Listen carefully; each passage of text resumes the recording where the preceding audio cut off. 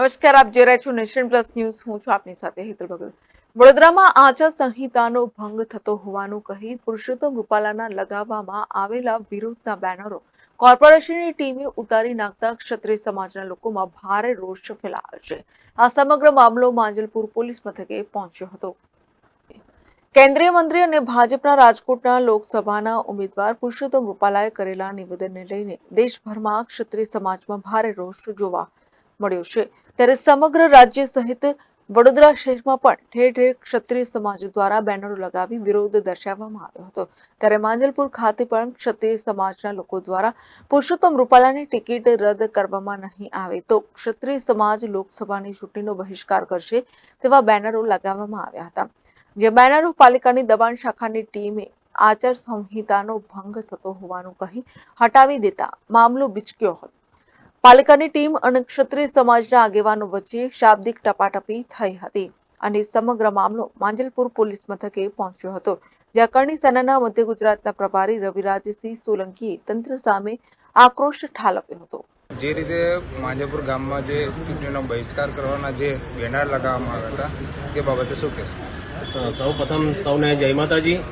આજ અમે થોડા દિવસ પહેલા બેનર લગાવેલા પુરુષોત્તમ રૂપાલાના વિરોધમાં.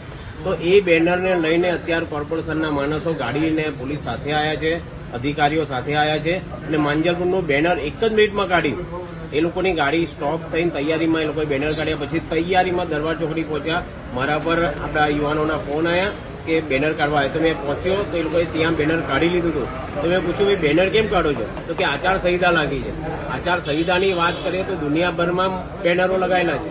તમને એ નહીં દેખાતું? તો કે રાજકીય છે. મેં એ લોકોને ચોખ્ખું કીધું કે આ કોઈ રાજકીય નથી, આ અમારા સમાજનું બેનર છે, અમારો સમાજનો જે વિરોધ છે અને અમારે માંજલપુરની અંદર અમે નહીં ઘૂસવા દઈએ એનું બેનર છે.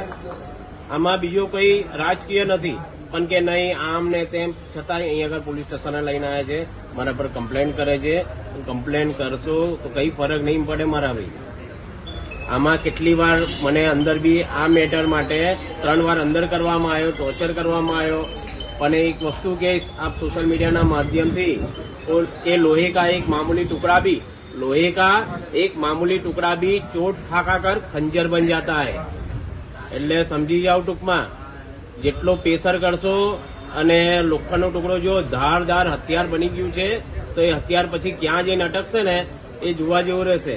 અને બરોડા કે માંજલપુરની વાત નહીં કરતો. આગળ જો તમે જો અમને દબાવવાની કોશિશ કરો ને તમારી તાનાશાહી સરકાર અને અમને દબાવવાની કોશિશ કરશે તો આ ક્ષત્રિયના દીકરા છે. આખા ભારત દેશમાં ખબર પડશે કે ભાઈ ક્ષત્રિયો જાગ્યા છે. અને એક વસ્તુ કહીશ, આ તો ખાલી 10% અત્યારે જાગૃત થયા છે.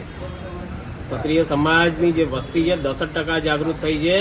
હજુ જનસેલાબ બાકી છે. એટલે શોર્ટમાં સમજી જાઓ.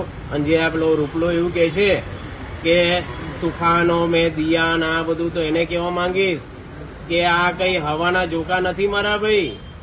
આ છે ને વાવાઝોડા છે, વાવાઝોડા. અને વાવાઝોડામાં તું તો જવાનો છે પણ જોડે જોડે જે તને સપોર્ટ કરનાર છે ને એ બી જશે. જે ખાસ કરીને આજે માંજલપુર પોલીસ મથકે જે લાવવામાં આવે છે જેને લઈને શું કહેશો? પોલીસ સ્ટેશન મથકે લાવવામાં આવ્યા. મારા પર પહેલા બી કેસ કેટલા કર્યા છે વગર કામના. આને લઈને આગળ બી કરશે, કઈ ફરક નહીં પડે. મને ફાંસી પર બી ચડાવી દેશે ને તો બી ફાંસી પર ચડવા માટે તૈયાર છું. મેં મારા સમાજ માટે અને સમાજના હિત માટે જે બી કરવાનું હશે કરવા તૈયાર છું. બિલકુલ પાછો નહીં પડું. અને મારી જોડે યુવાનો છે અને યુવાનો બી ખભેથી ખભે લઈને ઉભા છે.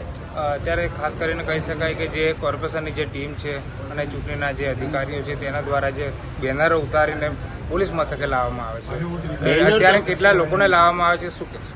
બેનરોની વાત કરીએ તો ખાલી ને ખાલી 2 બેનર જ અમારા ઉતાર્યા છે. પૂછવામાં આવ્યું તો કે કમ્પ્લેન કરી છે. અરે ભાઈ, કમ્પ્લેન કરી છે તો દુનિયાભરના બેનરો ઉતારો. અહીંયા કેટલા જણને લાવવામાં આવે? અત્યારે અહીંયા આગળ મને કીધું કે તમે પોલીસ સ્ટેશન ચલો તમારી ટીમ સાથે. અહીંયા આગળ અમે મેક્સિમમ 50 જણ અહીંયા આવ્યા છે પોલીસ સ્ટેશન. અને એ લોકોની આખી ટીમ છે. એ લોકો સાથે પોલીસવાળા બી છે એમના પર્સનલ. અને અત્યારે માંજલપુર પોલીસ સ્ટેશન અહીંયા પહોંચ્યા છે. Ravirajsinh Solanki. Report nation plus news Vadodara. સમાચારોના સતત અપડેટ માટે નેશન પ્લસ ન્યૂઝના યુટ્યુબ ચેનલને સબસ્ક્રાઇબ કરો, બેલ આઇકન દબાવો અને ફોલો કરો ઇન્સ્ટાગ્રામ, ફેસબુક અને ટ્વિટર પર.